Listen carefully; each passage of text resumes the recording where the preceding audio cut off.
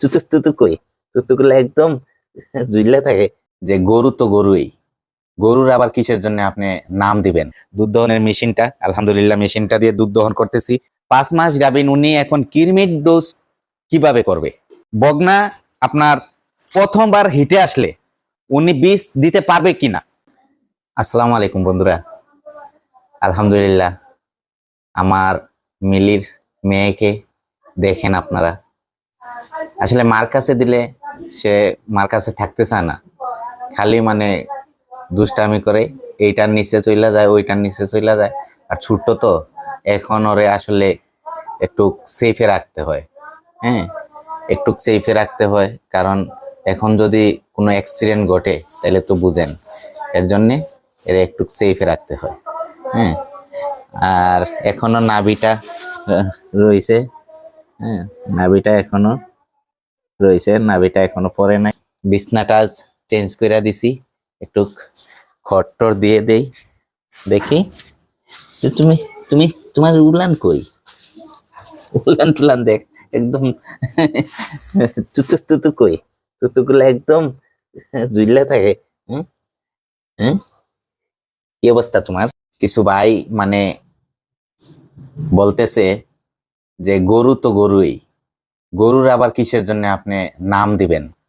হ্যাঁ, তো আসলে আমি কি বলবো, ওই ভাইয়ের কথা শুই না আমি ওর নাম রাখতে মন চাইতেছে না।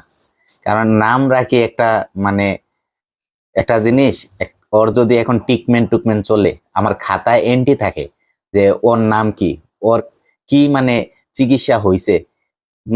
এইসব জিনিসের জন্য আমি আসলে গরুগুলার আমি নাম রাখি। আর আমার ভিডিও যারা দেখে, যে ভাইয়ারা দেখে সবাই, হ্যাঁ, আমার মিলির কি হয়েছে, আমার সুন্দরীর কি হয়েছে, ওরা নাম বললে ওরা আবার কমেন্ট করে যে ভাই সুন্দরীর কি হয়েছে, বা মিলির কি হয়েছে, রানীর কি হয়েছে, মনির কি হয়েছে, আদরের কি হয়েছে, সোহাগের কি হয়েছে, এরকম ওরা প্রশ্ন করে। তো নামটা যদি না রাখতাম তাইলে তো মানে ওরা এরকম ভাবে মানে মার্ক করতে পারতো না, ঠিক না? হ্যাঁ, তো এর জন্যে আমি আসলে আমার সব ভাইদের সাথে সবকিছু শেয়ার করেই মানে ইয়ে করি। ওর নামটা আমি রাখছি না এখনো। আপনারা বলবেন যে ওর নাম কি রাখা যায় নাকি? যদি নাম রাখা যায় তাইলে তার নাম দিব, আর যদি নাম রাখা যায় না তাইলে তার নাম দিব না। ঠিক আছে? সে হইছে সরকারি 171 নাম্বার বিচের বাচ্চা। হ্যাঁ, সরকারি 171 নাম্বার বোলের বাচ্চা। আলহামদুলিল্লাহ বাচ্চা মানে গঠন গাঠন খুবই সুন্দর। হ্যাঁ, আলহামদুলিল্লাহ যদি সে বড় হয় অবশ্যই মানে, তবে ওদের দুধের পার্সেন্টেজ ভালো হয়। এই যে সরকারি এই বীজগুলার যে যে গাবিগুলা হয় বা বাচ্চাগুলা থেকে গাবি হয়, এরা দুধের পার্সেন্টেজটা ভালো হয়। ঠিক আছে? এই তো ঠিক আছে, আপনাদের সাথে কিছু কথা শেয়ার করতেছি, আপনারা শুনেন মনোযোগ দিয়ে। কিছু ভাইয়ের কমেন্টের উত্তর দিতেছি, ঠিক আছে? আর কমেন্টের উত্তর দেওয়ার আগে আমি আমার ইয়েগুলা দেখাই। এই যে আমার দুধ দহনের মেশিনটা, আলহামদুলিল্লাহ মেশিনটা দিয়ে দুধ দহন করতেছি। অনেক ভাই হ্যাঁ জিজ্ঞাসা করে যে আপনার দুধ দহনের মেশিন কি অবস্থা। আলহামদুলিল্লাহ দুধ দহনের মেশিনটা খুব ভালো, দুধ দহনের মেশিন দিয়ে আমি দুধ দহন করতেছি। ঠিক আছে, তো আসেন আমরা কিছু প্রশ্নের উত্তর দেই।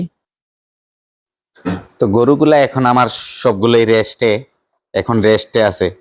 তো আমার এক ভাই প্রশ্ন করছে যে 5 মাসের প্রেগনেন্ট, 5 মাস গাভিন গরুগুলা, ওনার একটা মানে গরু 5 মাস গাভিন, 5 মাস গাভিন, উনি এখন কৃমির ডোজ কিভাবে করবে? কৃমির ওষুধটা কিভাবে খাওয়াবে উনি? বা 5 মাস এখন কৃমির ডোজ করা যাবে নাকি? তো আমি ওই ভাইয়ের উদ্দেশ্যে বলতেছি, আলহামদুলিল্লাহ আপনি কৃমির ডোজ করতে পারবেন, কৃমির ডোজ করতে পারবেন, কৃমির ওষুধ তারে খাওয়াইতে পারবেন। তবে কোনটা খাওয়াবেন এখন তার জন্য আপনি মনে করেন প্রেগনেন্সি সেফ, প্রেগনেন্সি সেফ একটা কৃমির ওষুধ আছে। আপনি যে ফার্মেসিতেই যাবেন, প্রেগনেন্সি সেফ যে কৃমির ওষুধটা, ওইটাই না তারে খাওয়াবেন। ঠিক আছে? তার বডি ওয়েট হিসাব করে আপনি খাওয়াবেন। 40 থেকে 70 কেজি একটা ওজন আছে, ওই হিসাব কইরা বলাস কয়টা লাগে, গাভীর ওজন কতটুক, ওই হিসাব কইরা আপনারা কৃমির ডোজটা করবেন। ওভার করলে সমস্যা নাই, কম হইলে সমস্যা। ঠিক আছে?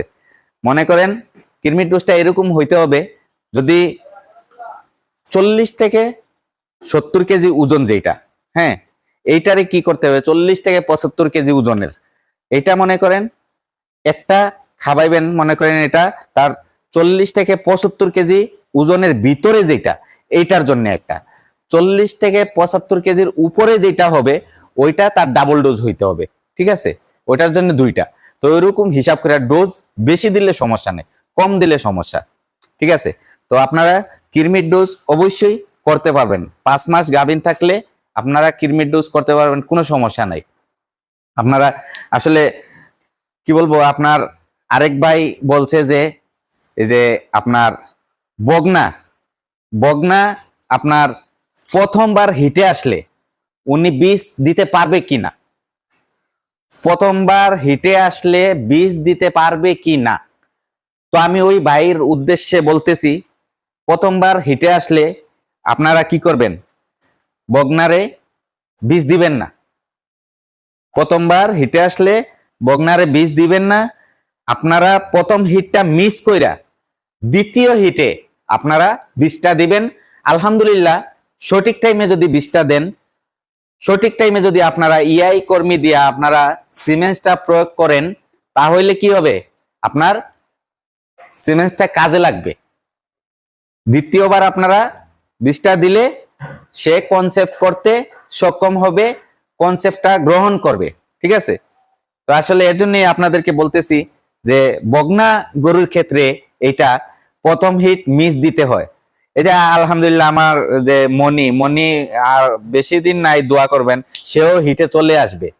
তো সে যদি হিটে চলে আসে, প্রথম যে হিটে আসবে, আমি প্রথম হিটে আমি তার বীজ দিব না, হ্যাঁ, প্রথম হিটে দিব না। তো এই যে আমার যে সবাই দোয়া করবেন আমার ললিতার জন্য, ললিতার মারে তো কসাইয়ের কাছে দেওয়ার পরে আমার ললিতা হয়েছে, মানে স্মৃতি রাখছি, ললিতা আলহামদুলিল্লাহ বড় হইতেছে, এখন একটু ললিতার শরীরটা একটু দেখতেছি বাড়তেছে। তো ললিতা বড় হইতেছে, দোয়া করবেন ললিতার মার স্মৃতিটা নিয়ে আমি ধইরা রাখতে পারি। কারণ ললিতার মারে তো কসাইয়ের কাছে বিক্রি করছি, আপনারা জানেন সবাই, যে আমার মায়ার ভাইয়েরা আমার ভিডিওগুলা দেখেন, আপনারা জানেন যে ললিতার মারে আমি বিক্রি করে কতটুকু কষ্ট পাইছি। কারণ ললিতার মার যে মানে সমস্যা ছিল, আমি অনেক চেষ্টা করছি তারে ভালো করার জন্য, কিন্তু তারে ভালো না করতে পাইরা লাস্ট মুহূর্তে আমি ডিসিশন নিছি যে কসাইয়ের কাছে বিক্রি করতে। তো আমি কসাইয়ের কাছে বিক্রি করে দিছি। এর জন্য আমি ললিতা আমার এখন বর্তমানে কি তার মার একটা স্মৃতি আমি ধরে রাখছি। দোয়া করবেন সবাই যাতে ললিতা আমার ঘরে একটা গাবি হয়, হ্যাঁ, ললিতা যাতে বংশ বিস্তার করতে পারে আমার ঘরে। তো এটাই আপনাদের সাথে শেয়ার করতেছি আমার মায়ের ভাইয়েরা।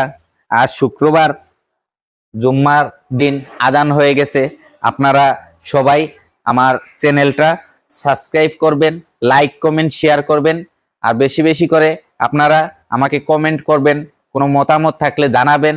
আর আপনাদের জন্য আমি আজ শুক্রবার দোয়া করি, সবাই ভালো থাকেন। আসসালামু আলাইকুম ওয়া রাহমাতুল্লাহি ওয়া বারাকাতুহু।